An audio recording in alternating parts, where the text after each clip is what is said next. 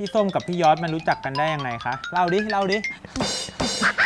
พี่คิดว่าหมาในบ้านตัวไหนที่ขี้ยุ่งมากที่สุด โอ้โห ทุกคนพูดพร้อมกัน พูดพร้อมกัน1 2 3สนิม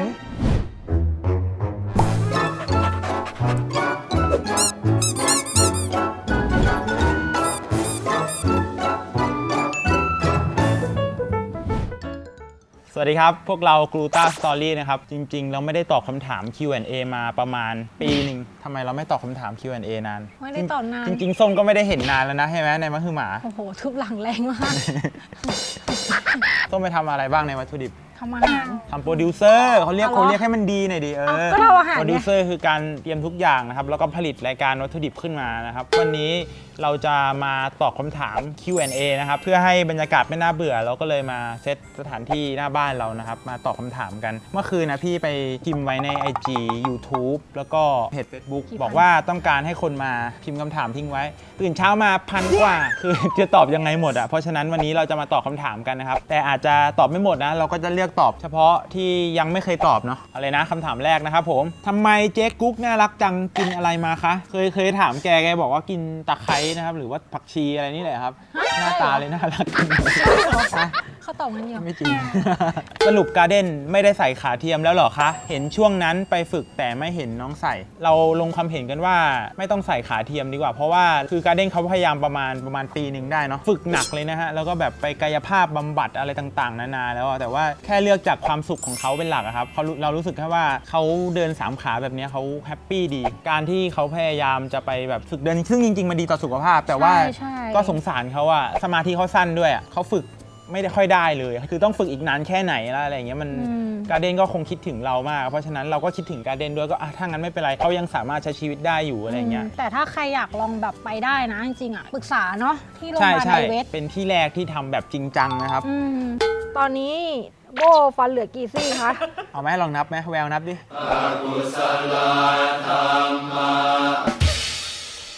แววเมื่อกี้นะครับแมงวันมาบินเกาะปากโบนะครับแล้วก็แมงวันก็เสียชีวิตข้างๆปากไม่รู้ว่าเกิดอะไรขึ้นทำไมก็สรุปว่าโบมีฟันกี่ซี่นะประมาณ10ซี่อะไรทำอะไรรู้จักทำงานกับเขาบ้างไงฮะกระพริบตาปิ๊บเนี่ยหวัดดีค่ะ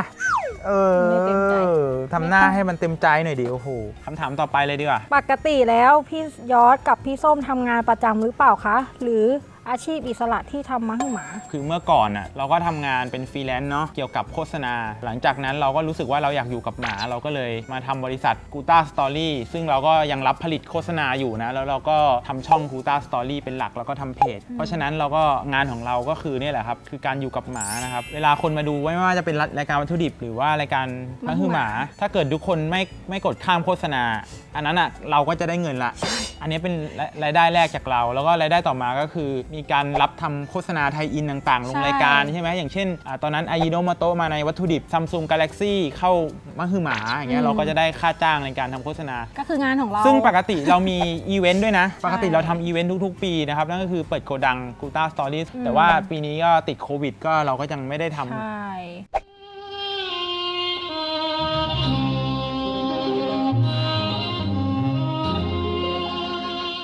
ก็จ้างได้นะ จ้างได้ครับผมวันหนึ่งพี่ทำความสะอาดบ้านบ่อยไหมคะบ้านหนูเลี้ยงในบ้าน2ตัวเช็ดเวลา 2-3 รอบทำปกติทุกวันก็ไม่ได้ทำเราเน้นอยู่กับหมาได้มากกว่านะจริงๆคือเนี่ยขนอะไรติดก็ช่างแม่งติดอยู่อย่างเงี้ยร่วงทั้งวันมันดูดฝุ่นดูดใหม่มันก็ร่วงใหม่อยากให้แนะนำวิธีดูแลหมาเช่นการเลือกอาหารวิธี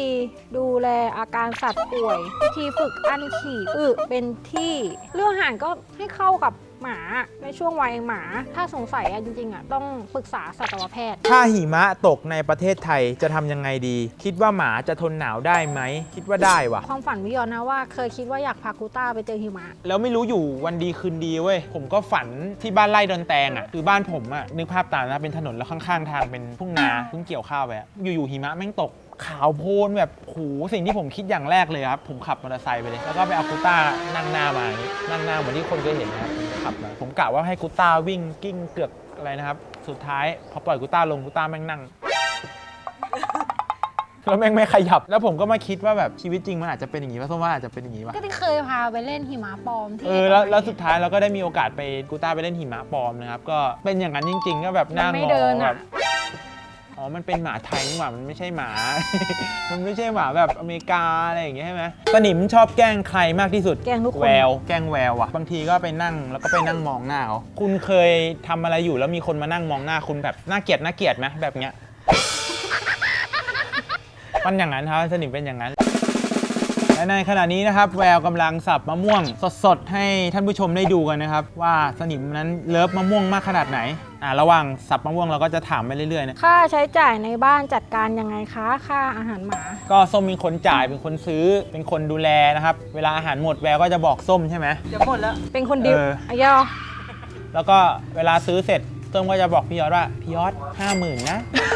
อะไรอย่างนี้ก็จะบอกแค่ผมก็จะรู้แค่นี้นะครับเดือนหนึ่งก็จะประมาณนี้เนาะ50,000 กว่าบวกลบ ใช่ บางทีมีค่ารักษามาก็จะแพงกว่าหน่อยอะไรอย่างเงี้ยครับ กระบวนการทำงานค่ะ เอาตั้งแต่คิดคอนเทนต์จนถึงวันลงคลิปเลยค่ะ ต้องทำอะไรบ้างแต่ละอย่างใช้เวลานานแค่ไหน ถ้าของมังคือหมาเนี่ยครับส่วนใหญ่จะเป็นคอนเทนต์ที่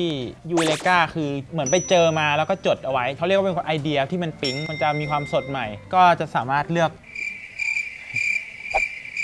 เหมือนป้าที่แบบหาบส้มตำมาขายแล้วแบบกินตรงนั้นเลยโอมากาเสะ สมมติว่ามีลูกค้าใช่ไหมเราก็จะเขียนเอาไอเดียนั้นอะมาเขียนเป็นทีทเมนต์ก็ประมาณกระดาษ A4 นึงอะให้ลูกค้าเห็นนะครับเอาทีทเมนต์หรือว่าเรื่องย่อนั้นอะมาถ่ายทำอีกทีนึงนะครับแล้วพอเราถ่ายทำเสร็จเราก็จะมีทีมตัดต่อข้างหลังอีกใช่ไหมเราไม่ได้มีอยู่แค่นี้นะเรามีอีกหลายคนเลยทีมตัดต่อเขาจะมีพวก motion graphic ตัดต่อ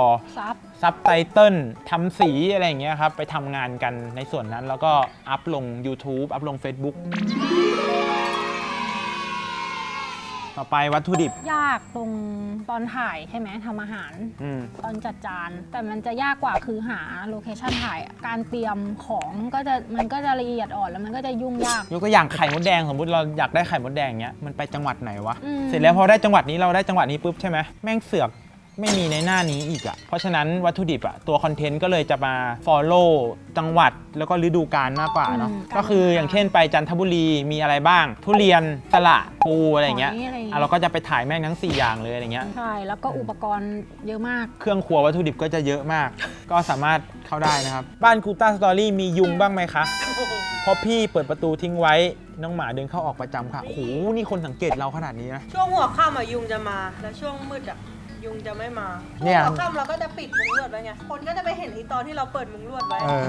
มียุงบ้างเราก็ตบยุงนะครับ แค่นั้นแหละครับผม ปีนี้มีโปรเจกต์อะไรไหมคะ อยากทำเหมือนแบบเป็นที่พักหมา ทำฟาร์ม ทำฟาร์ม คล้ยๆถึงฟาร์ม เป็นฟาร์มของกูต้าสตอรี่สามารถให้คนรักหมาพาหมามาพักได้ อืม เป็นฟาร์มสเตย์ มีคาเฟ่เล็ก มีคาเฟ่เล็ก ๆ แล้วก็ที่พักน่ารักอะไรเงี้ยอยู่ท่ามกลางธรรมชาติที่สวยงามนะครับ ใครดื้อสุดแววตอบดิ ถ้าดื้อนอกบ้านก็กูต้า คือถ้าเกิดไปข้างนอกก็คือ จะไม่ฟังใครทั้งสิ้น มันจะแบบวิ่งแบบจะกิ้งจะห้ามยังไงก็ ๆ ไม่ เหมือน ฟัง ใส่แอร์พอร์ตแล้วแบบ แต่ว่าอันนี้จะดื้ออยู่บ้านจะดื้อใช่ไหมดื้อแบบคนเขาอะเนี่ยอันเนี้ยเห็นไหม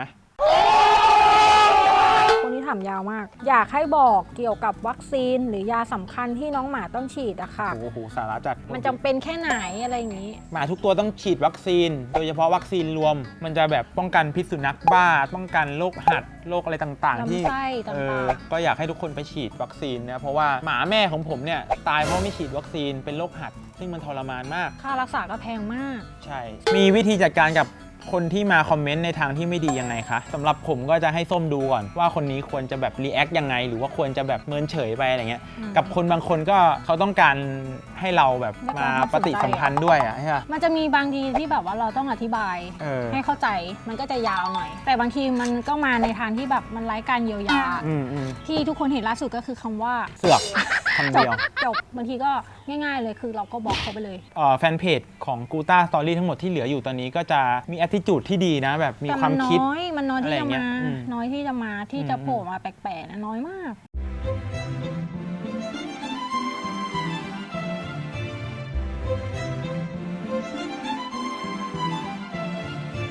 ชอบนิสัยอะไรของน้องหมาแต่ละตัวที่สุดคะ ชอบไอ้หนิม ชอบนิสัยอะไรของมัน กวนตีน เหมือนมึง ไอเทมที่สุดชอบในปี 2020 เช่นสกินแคร์ตัวโปรดกล้องตัวโปรดสำหรับของผมนะครับจะเป็น GoPro 8 รู้สึกว่าเวลาถ่ายออกมาด้วย GoPro 8 สุดท้ายมันจบมันชัดมากเป็นแกดเจ็ตที่ผมให้เลยในปี 2020 ของส้มอ่ะ อันเนี้ยขวดน้ำคินโตะ มันจะเก็บความเย็นได้นานมากอะไรอย่างเงี้ย แล้วก็จัมโบ้อายุเท่าไหร่แล้วจ๊ะ 11หัวกว่ากูต้า เพราะว่าแบบหมาใหญ่เขาจะแก่ไวนะครับ หมาเด็กๆ หมาตัวเล็กๆ พวกปอมชิสุชิวาว่าอะไรเงี้ยจะไม่ค่อยแก่เท่าไหร่ จะย้ายไปอยู่เชียงใหม่เมื่อไหร่คะ ไม่รู้เลยเหมือนกันเอาจริงไม่รู้เลยเพราะว่ามันมีอะไรที่จะต้องทำอีกหลายอย่าง ตอนนี้คิดว่าบ้านเชียงใหม่เป็นเหมือนบ้านพักตากอากาศไปพักผ่อนหายเครียดก็กลับมาอะไรอย่างงี้มากกว่าก ลับมาเครียดเหมือนเดิมแล้วก็กลับไปอีก มีตัวไหนดื้อเงียบแบบร้ายกาจบ้างคะ นี่ number one ไม่เกรงใจแฟนคลับลูกชิ้นเลยนะ มันชอบแอบเหมือนคนแอบหยิกกันอะหยิกอย่างเงี้ยนึกออกปะแต่มันชอบแบบขู่ ใช้สายตา อย่างเงี้ยแยก แล้วปา เขี้ ก ยว กระตุก ใส่ แต่ไม่มีเสียงนะ คือพูดง่ายๆคือไม่ทำให้เจ้านายเห็น อืม อะไรเงี้ยหรือว่าถ้าเกิดจะมีหมาจรอะไรเงี้ยก็เป็นตัวชวนบวกก่อนคนแรก เป็นตัวบิวแล้วก็เป็นตัวเปิด แล้วสุดท้ายก็ตัวอื่นรับกรรมแทน ถ้าวันหนึ่งไม่มีกูต้าและเด็กๆ ทุกๆนาง พี่ยอดกับพี่ส้มจะทำช่องทำผลงานให้พวกเราดูอยู่ไหมคะ อยากให้ทุกนางกับช่องกูต้าอยู่กับเราไปนานๆ ก็อันนี้มันก็เป็นไปตามธรรมชาติอะเราสารภาพว่าเราไม่ได้คิดไปไกลขนาดนั้น เราคิดแค่ทำทุกวันกับวันพรุ่งนี้ให้มันโอเคเนาะถ้าถามว่าทำต่อไหมก็ต้องดูเขาเรียกว่าดูเทรนด์ดู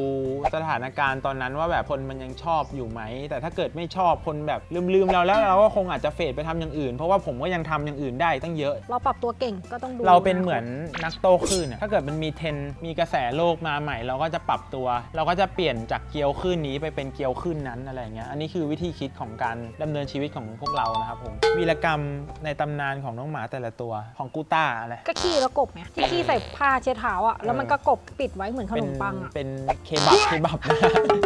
เปิดมานี่โอ้โห เป็นแยมอ่ะ ไอหนิมมีอะไรบ้างวะสนิมนี่กัดนะครับด้วยความที่เขาเป็นโรคซีริบิล่าไฮเปอร์เพอร์เซียนะฮะชื่อต้องให้อภัยเขานะครับพี่ส้มกับพี่ยอดมันรู้จักกันได้ยังไงคะเล่าดิเล่าให้เขารู้ ก็ หน่อย เป็นรุ่นพี่รุ่นน้องที่โรงเรียนเก่า เล่าดิยังเป็นยังไงความจริงมันเป็นยังไง ไม่ เอาเล่าหน่อยเอาแบบความจริงก็ได้เอาความจริงยังไง จะเริ่มเลย เล่าดิเอาอันนี้เล่าจริงๆคนยังไม่รู้อันนี้พี่ว่าคนไม่รู้ว่าเนี่ยอันนี้ เคย ตั้ง ต ใจ อบ ฟัง ไปแล้วอุ๊ยเคยตอบไปแล้ว ยังไม่เคยอันนี้ยัง จะเริ่มคุยยังไงแล้วเริ่มตอบไงพี่เราตอบแล้วพี่เราเล่า เอาพูดง่ายๆก็คือไปเรียนต่อมปลายแล้วทีนี้แบบส้มก็เลยแบบขอเบอร์ผม ไม่ได้ขอ แล้วใครขอ เพื่อน จะบอกว่าทั้งหมดเราไม่ได้ขอเบอร์พี่ จะบอกนะว่าขอไปแชร์กันอะแล้วส้มก็เลยโทรมาอย่างนี้เหรอ แค่นั้น แล้วทำไมต้องโทรมาหา เสีย พี่ ใจผิดหวังครับ เนี่ยปากแข็งไม่เป็นไรท่านนึกไม่ออกช่วง To Move MSN โทรเที่ยงคืนฟรีช่วงนั้นคือช่วงที่แบบผมกับส้มเริ่มคุยกันเพราะฉะนั้นมันนานมากแล้วเหมือนกันนะครับ เวลาเปิดรายการแต่ละครั้งจะเห็นน้องๆนั่งหน้ากล้อง แล้วนั่งกันนิ่งมากๆพี่บริหารจัดการน้องยังไงไม่ครับเป็นการเซตขึ้นนะครับก็คือเอาขนมมาล่อนะครับทุกคนใครอยากกินบ้างคอยเขาก็นั่งป๊อกเรียงกันว่าเขาอยากกินขนมนะครับมีสนิมก็ต้องเอามะม่วงมา แต่นี่มันก็ควบคุมยากที่ว่าให้ทำมันก็จะไม่ทำอันนี้มันก็แล้วแต่อารมณ์มัน มานั่งนี่เซตเขาอยู่ตรงนี้ทำใจล่วงหน้าหรือยังครับว่าหมาแต่ละตัวอายุมากแล้วสักวันเขาต้องจากเราไปก็ต้องทำใจนะ ทำใจทุกวันแต่ก็ถ้าถาม ทำใจแต่ทำไม่ได้หรอก แต่ถามว่ายอมเราได้ไหมยอมเราไม่ได้ไม่ว่าตัวไหนก็ตามในบ้านอะ แววมีแฟนมาแล้วประมาณกี่ตนเด็กรักเฟือนในสคริปต์ชามใบเตยอันนี้คือชื่อถามคำถามคือแววมีแฟนมาแล้วประมาณกี่ตนไม่คนด้วยนะ ค่อนข้างอธิบายยาก เทปไหนที่ทำแล้วรู้สึกว่ามีความสุขที่สุดครับของแววตอบในวัตถุดิบ ชอบ EP ช่วงแรกๆอ่ะ EP แรกเลยคือเก็บผักบุ้ง ของพี่ลูกไม่ว่าจะเป็นลูกจากแม้กระทั่งเก็บไข่เป็ดถึงวัตถุดิบนะสนุกหมดเลยนะ มันคือไม่ใช่ว่าแค่คนดูตื่นเต้นนะแบบไม่เคยเห็นต้นจากพวกเราก็ตื่นเต้นเพราะเราไม่เคยเห็นเหมือนกันของมาคือหมา EP นะของผมชอบสีสหายสายเหนื่อยเหมือนกัน เราอยากรู้ว่าตัวจริงเขากับในเพจอ่ะเขาจะเหมือนไหมอะไรอย่างเงี้ยมีอ่ะหมายถึงมีตัวนี้เองแล้วพอไปเจอคือมันเกินคาดเรามากคือเขาน่ารักมากเป็นกันเองมากๆหมาก็แบบเฟรนลี่มากๆเพราะว่าถูกเลี้ยงด้วยแบบทุ่งหญ้าปล่อยอิสระสุขภาพจิตดีสุขภาพเขาก็ดีเขาก็เวลคัม ไม่หนีเที่ยวด้วยนะ พี่คิดว่าหมาในบ้านตัวไหนที่ขี้ยุ่งมากที่สุด โอ้โห ทุกคนพูดพร้อมกัน พูดพร้อมกันหนึ่งสองสาม ส สนิม สมมุติว่าผมจะประกอบตะเกียงนะเอาแววเป็นสนิมดิ แล้วแบบอย่างกล่องไปรษณีย์มาใช่ป่ะแม่งมาแล้วดม หรือวันนี้สะพายกระเป๋ามาใช่ไหมเอามาจากข้างนอกเอาเป๋าวางไม่เอาหน้าซุกเข้าไปในกระเป๋าอะ มุดดูว่ามีอะไรมาบ้าง โอ้ นอนวันละกี่ชั่วโมงคะ 24 อ่ะ น่าจะ 23 23 อีกชั่วโมงเอาไว้กินแล้วก็ขี้ ไอ้พูดตด